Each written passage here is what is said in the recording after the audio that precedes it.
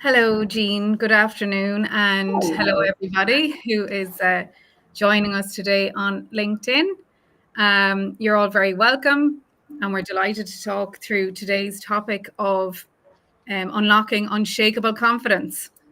So, Jean, I definitely have had you talking about this topic at one of our events before, like the Mhm. Executive BA Summit or one of the workshops we've done in the past. And between yourself and Dawn in Advancia, it's a topic that you cover quite a lot in the workshops, in all the work that you do Mhm. and the sessions and everything. So I'm really excited today to talk through this subject. And I know we could talk for hours, but we've got about a half-hour window for people on their lunch break. But yeah, I can't wait to get started. Fantastic. Well, thank you very much for hosting the LinkedIn Live. And I think what we decided to do was talk about little snippets of part of the program that we're delivering through Momentum on the 9th of October. And the idea behind these webinars is to give a little bit of a taster of the type of content that we're going to be talking about and delivering in a lot more detail, but just to start getting those cogs turning and get people thinking, I could do a little bit more about this, or I'd like to spend a day talking about all the different topics we're going to talk about at the conference. So I'll talk about the conference at the end, but we can kick off around the whole notion of confidence and why it's so important. Brilliant. So I'm just going to, I suppose, we'll start by asking your advice on one simple mindset shift that people could employ starting today to build lasting confidence. It sounds like a big ask, but I'm sure you have some great advice for people on this one. Okay, well, thank you for that. Okay, so the first thing I'm going to do is I'm going to read out a definition because I think it's sort of the baseline. So I am going to read it because I want to get it spot on. And it's from Psychology Today. And it says, confidence is the belief in oneself, the conviction that one has the ability to meet life's challenges and to succeed, and the willingness to act accordingly.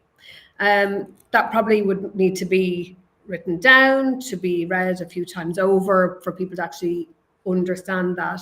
But I think one of the reasons that confidence is always a core topic in any of the programs, masterclasses, speaking engagements that we do, confidence is always a full-on topic or part of a bigger suite of content that we would deliver. But here's why it's important is that until we grow our confidence, we do not tap into our potential, and therefore we can't unleash the potential that we all have.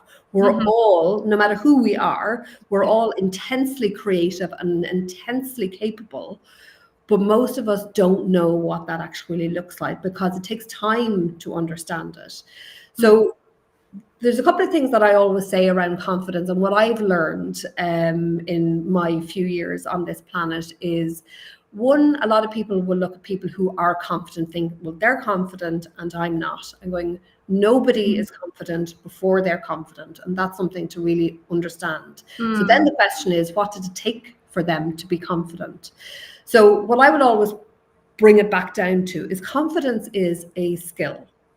And I think that is one. If I've got, I have lots of mindset shifts that I'll share, but if I were to talk about one, and if you understand that confidence isn't a divine right, it's not just something that we're born with, it is a skill that is learned. Then you have to go, right, well, how do I learn it? What does that look like? Who can I learn from? Is it coaches? Is it mentors? What does that look like for me in my circumstance, in my environment? So that is the first thing to understand. Confidence is a skill. It is not something you have before you have it. Yeah. You have to work on what is that journey to get the confidence. Confidence then comes, and I would often talk about the equation of confidence, and it's courage, which we all have. So it's tapping into that courage, plus action. What actions are you going to take? Because those two things, courage plus action, equal confidence. I think that people who are confident, as I said earlier, didn't lick it off the ground. Yeah. They tapped into their courage. They took action, and through experience, through learning, through failing, through picking themselves back up, became more confident. And I think that's something that is really, really important. A second Yeah. point that I would say is really important to understand when we're in a corporate landscape, and particularly for people, and for men and women who are not quite sure why is this thing so important, is that the confidence with which we show up goes into other people's psyche, whether they articulate it, realize it, can put words on it. People sense your confidence or lack thereof. And the biggest, I heard it on a podcast, cannot tell you the podcast that I listened to it on, but it really, really stuck with me as something, a really powerful phrase, is confidence is a great persuader. So if confidence is the great persuader and you need to work on confidence, what are some of the outcomes you want to get? So within a corporate environment, it might be you want to be part of a new project team. You want to collaborate with somebody. You want to get a new mentor. You want to be coached. You want to go for a promotion. You want to ask for a salary rise. Opportunity, profitability within that sense, we can only tap into that when we feel confident enough to do so.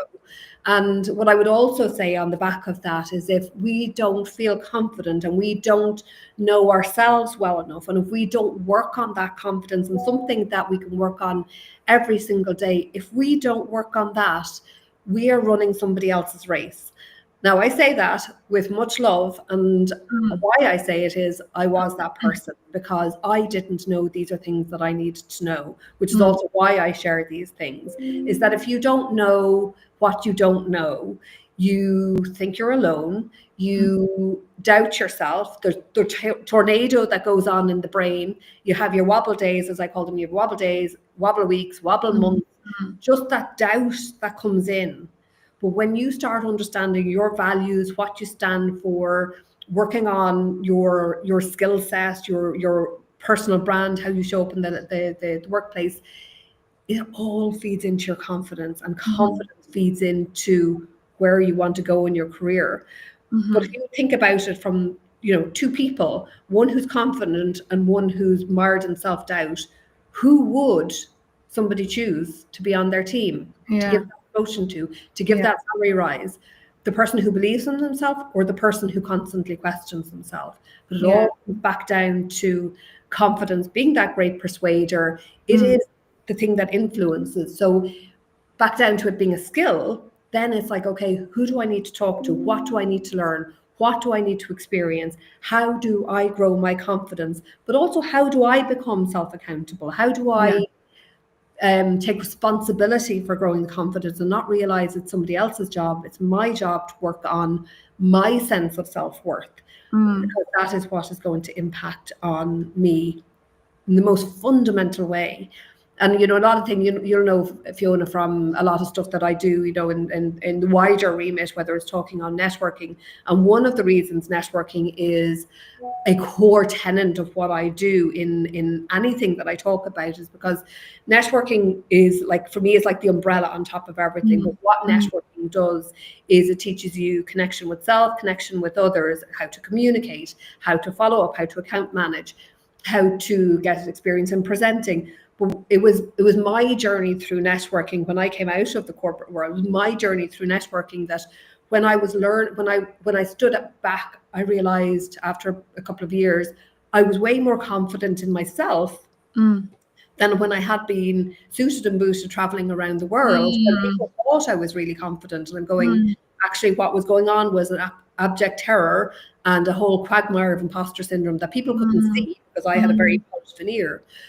But when I realized, when I started understanding about me and what I stood for, what my values were, and what alignment and moving from that alignment looked like, that was when I was like going, this is what I'm supposed to do. And I want other people to understand that when you grow your confidence, that's when you tap into your potential, which is why what I do is, I'm so passionate about what I do, is try and get other people to understand this, that everything is easier when you know the race you're running, because then you're unapologetically showing up, you're running your race, and then other things don't matter. Other people don't matter, because you know the race you're running. So for me, it's fundamental to success in a metric driven way in terms of, as I said earlier, performance, promotion, all of that side of things. It very much is a part of it. But in life, you're better when you feel confident in yourself and you're showing up authentically and unapologetically. And I'll always bring it back down to, the more holistic thing. Then it's, how do we show up for our kids, for our colleagues, for people we're paying it forward to? What does that look like? It's part of the legacy. The happier we are in ourselves, the better everything is for other people. So yeah. And you don't necessarily need to step, like, you don't necessarily need to leave your career and your job to figure that out. Okay. It just takes time to step back, put time into it, go look how far you've come in your career up until this point. Look at all the things you've contributed to. Look at how you are with other people, how other people see you. It's all that self-awareness piece as well. But I think it's once you kind of define that and realize how far you've come, that in itself will give you confidence to go, actually, I am supposed to be here. I'm doing the right thing at the moment. I wouldn't be here if I wasn't meant to be qualified, competent, capable, etc. And so then I think from then it's going, right, well, what do I do? And also the benchmark. And I actually had a conversation with an EA during the week who she really wants to do a course like for the learning and development side of it as well, but mainly to benchmark against others who are, because she's on her own in the company that she's in. So there's no other EAs that she can kind of like, say, how am I doing against them?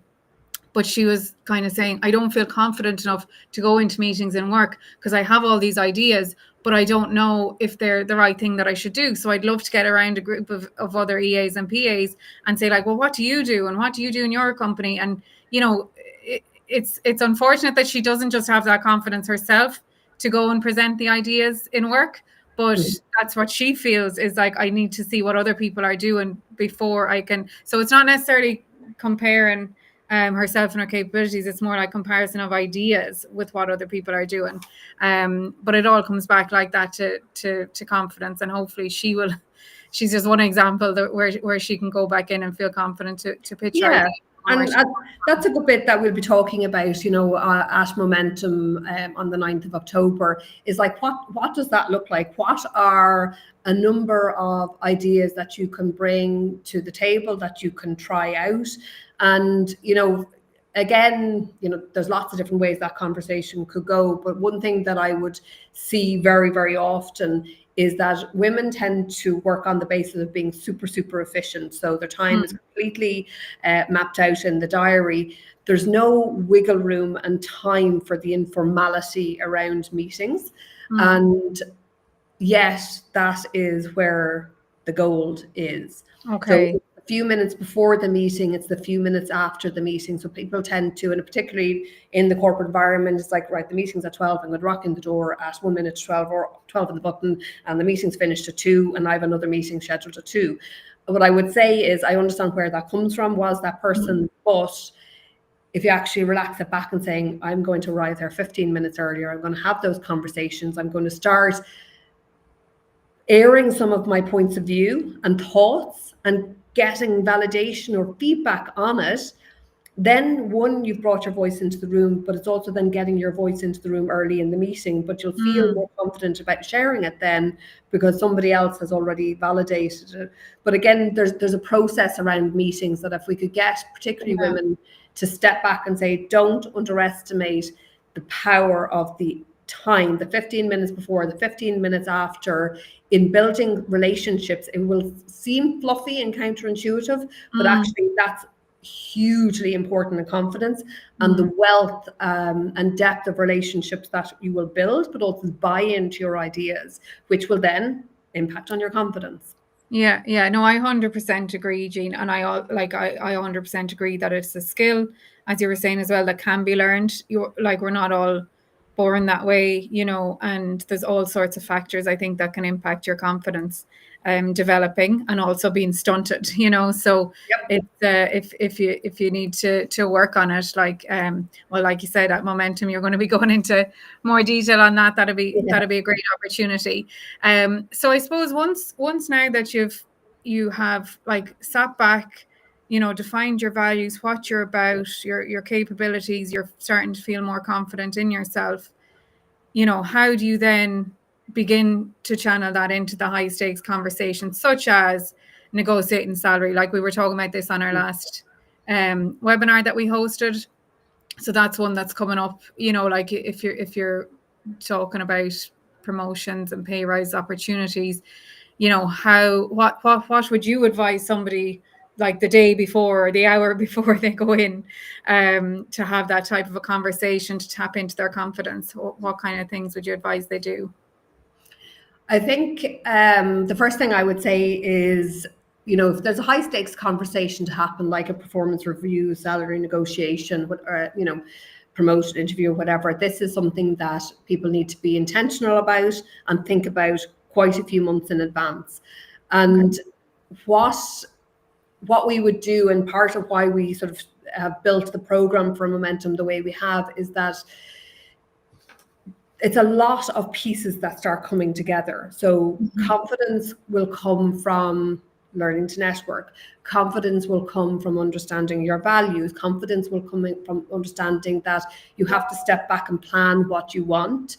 Confidence will come I'm having a menopausal moment, which is my life, you know. So for all the other women out there, these things do happen. So where was I going with that? The high stakes conversations. I think a huge part of it is, one, you have to understand what you want and what success looks like, and how are you going to measure what success looks like.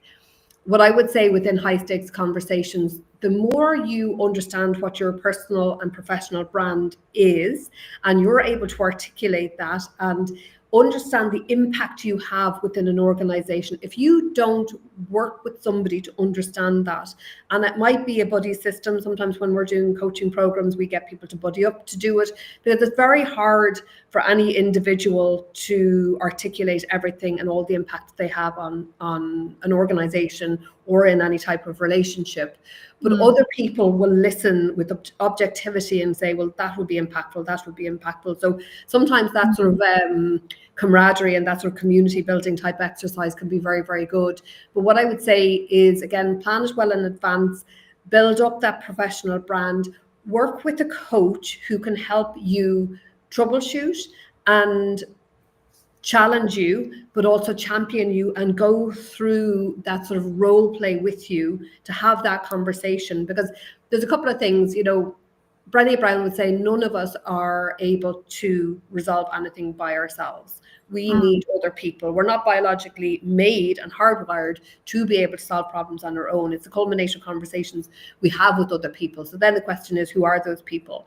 And what I would say is, you know, it may be a mentor, it may be an internal coach, but it may be an external coach that you just hire. But if it was a high stakes conversation, like I want to ask for that pay rise and it's 10 or 20 grand, then do 2 or 3 sessions with a coach. Because if they can soundboard with you, if they can troubleshoot and you work through all of your concerns and worries and self-limiting beliefs, then they can help you get into a very calm, confident space. But they can also do that role play with you. So that's not the first time you're using the language. It's not the first time you're asking the question. You don't feel like you're doing it on the fly. It is planned.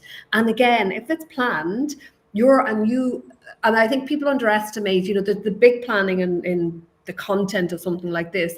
But also for me, what gives an awful lot of confidence is when people plan and have answers to a lot of the micro decisions that they might have to make. And what I always say to people, like in any type of environment, the more decisions you have to make on a morning, the less present you are, because your mind is focused on finding answers to stuff. But actually, if you can plan ahead, where am I going to be? What am I going to wear? All that good stuff that seems but maybe banal or trivial, but the more decisions you've made in advance, the more you're present.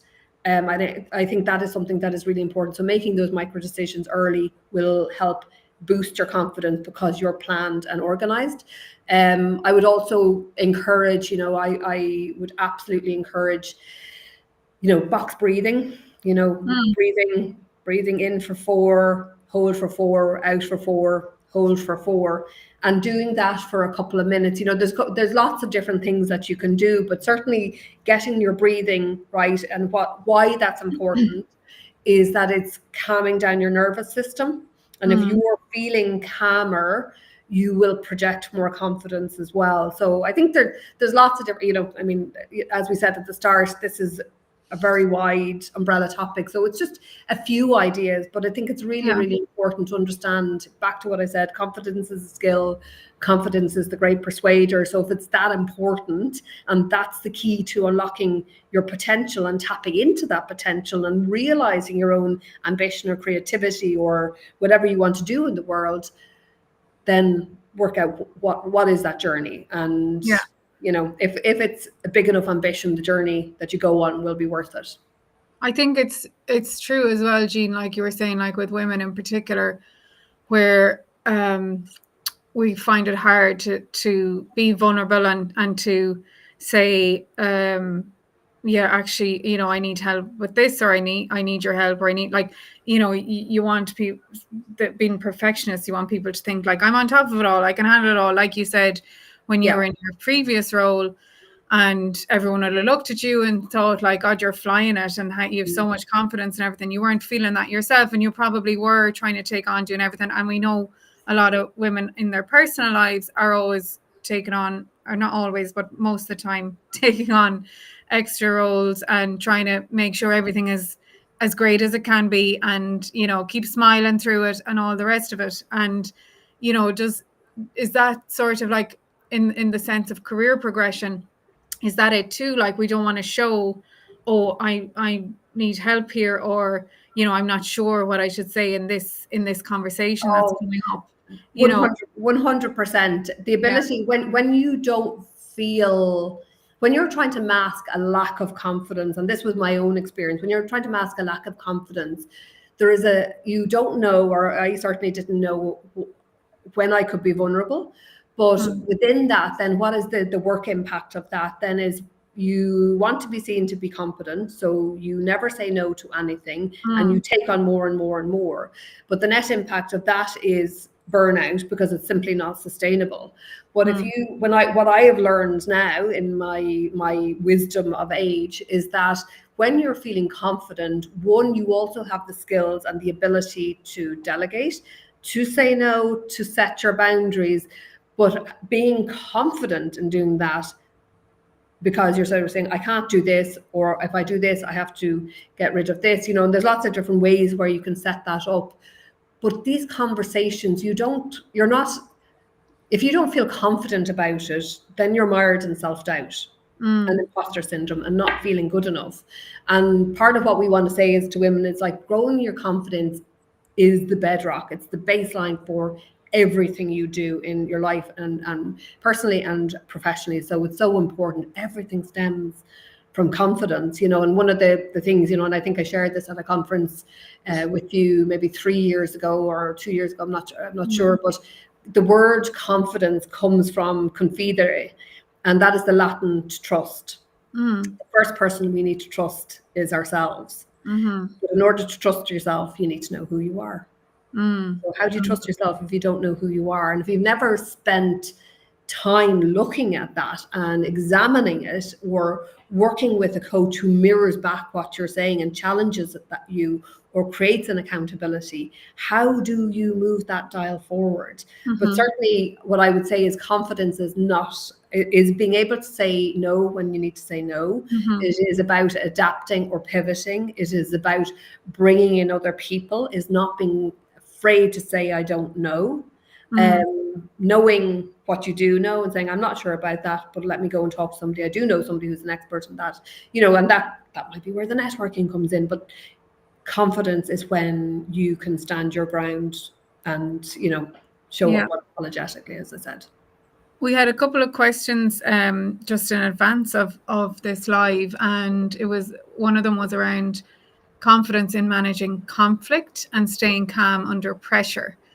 I suppose those are two kind of different elements of confidence. But let's say with managing conflict within the workplace, like, what would you advise somebody who's who feels they need more confidence in doing that? Yeah, I think that could be a very long answer. So the short answer is make sure that the conversations are bedded in facts and take the emotion out of it. So obviously I don't know the situation, so it's very hard. So I could sort of wax lyrical and be going in the wrong direction because I don't know the full Yeah. context. But what I would say in general about conflict management, take the emotional side of things out. Make sure that the responses, do the due diligence in terms of finding out the information from any of the stakeholders that might be involved. Make sure that there's factual data that is driving the questions and the conversation. If it's huge, it may need mediation. But again, try and make sure that the emotion is not a part of it, because that won't serve you. But find out the information, do the due diligence, have a fact-based discussion with people would be the first thing. And then the staying calm under pressure. Did you have some advice? I know you mentioned the box breathing there, but say you're in a meeting or a situation like running an event or something where things aren't going as you expected them to go.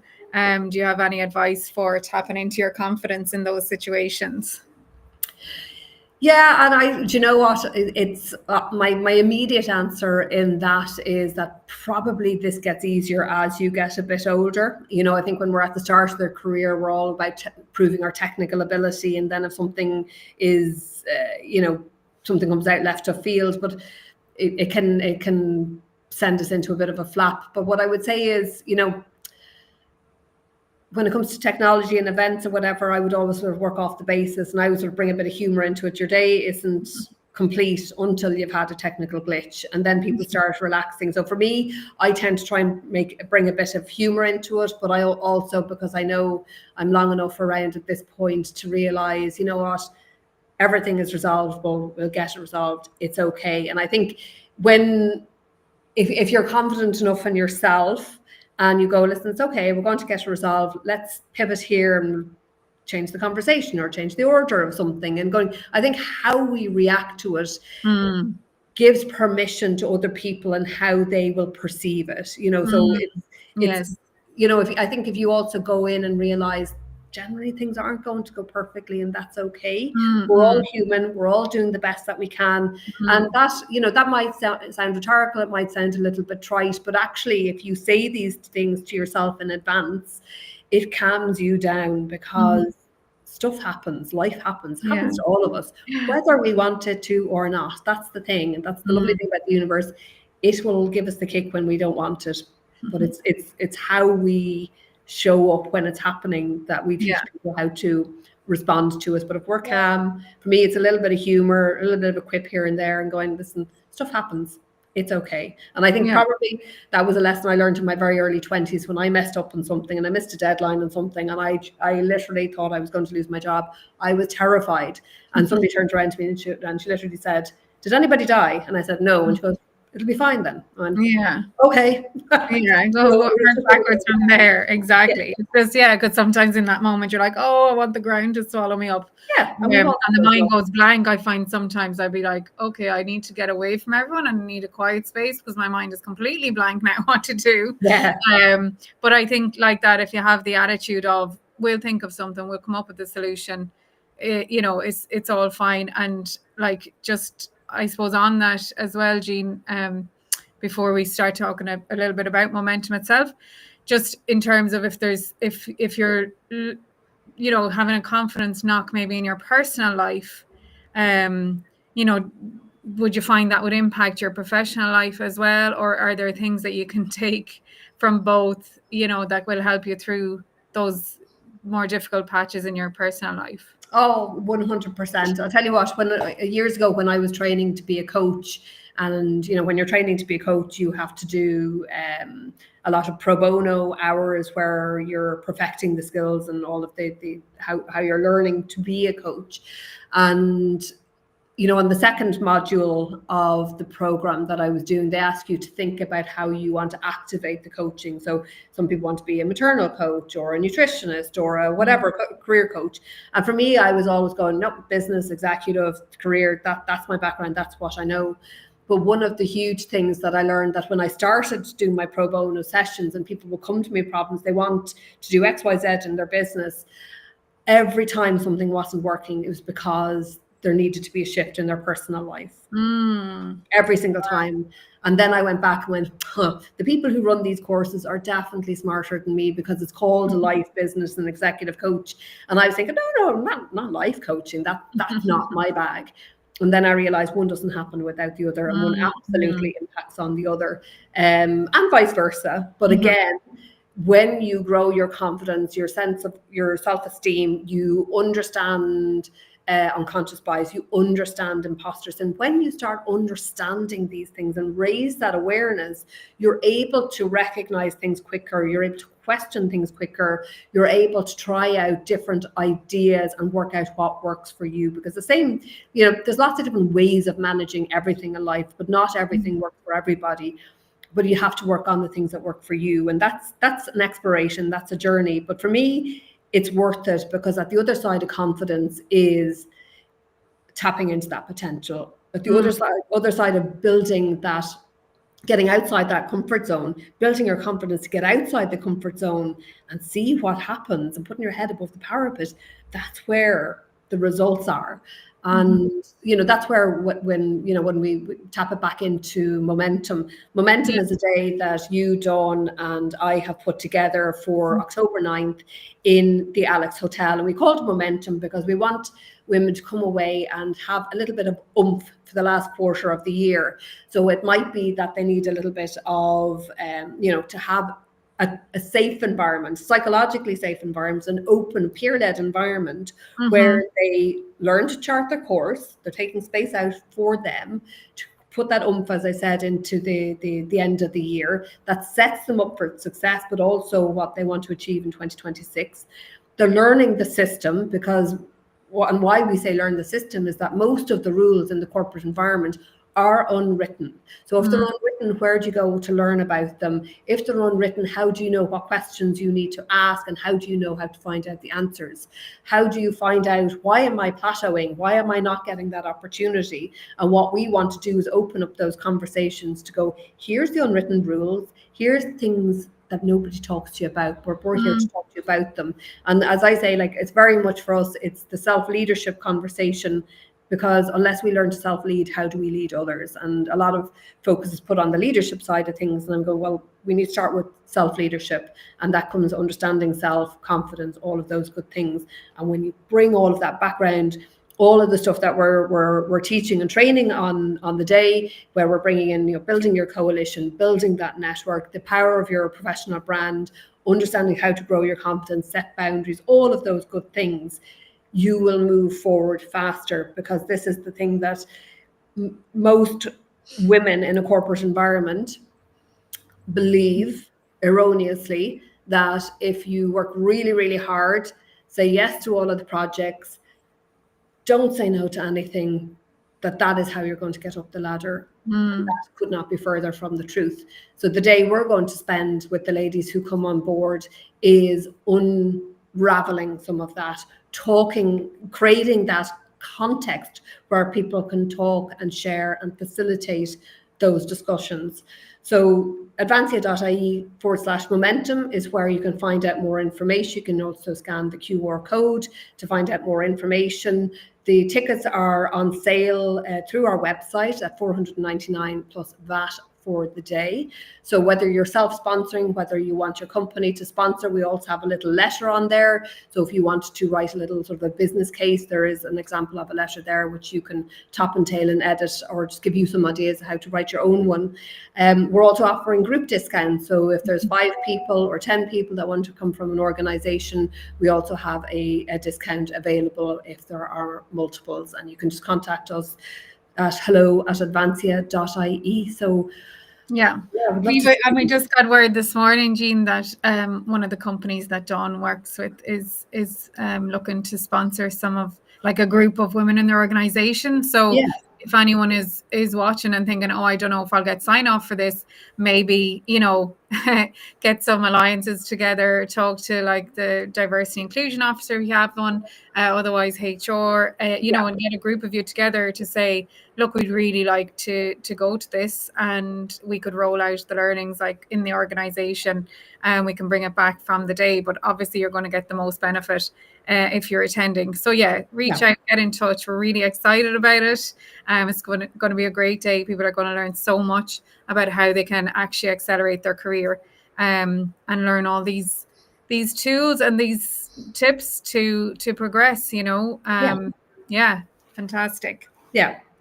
So I think they're all the questions that we got for today, Jean. We're gone a little bit over, but that's okay. I think people were learning a lot, and we'll share all the details with everyone again after the webinar. Yeah. So thank you again for your time, Jean. Thank you, Fiona, I'm sure we'll do this again before October 9th. We will indeed. On a different topic, but that was just really, really helpful. So thank you. Thank you.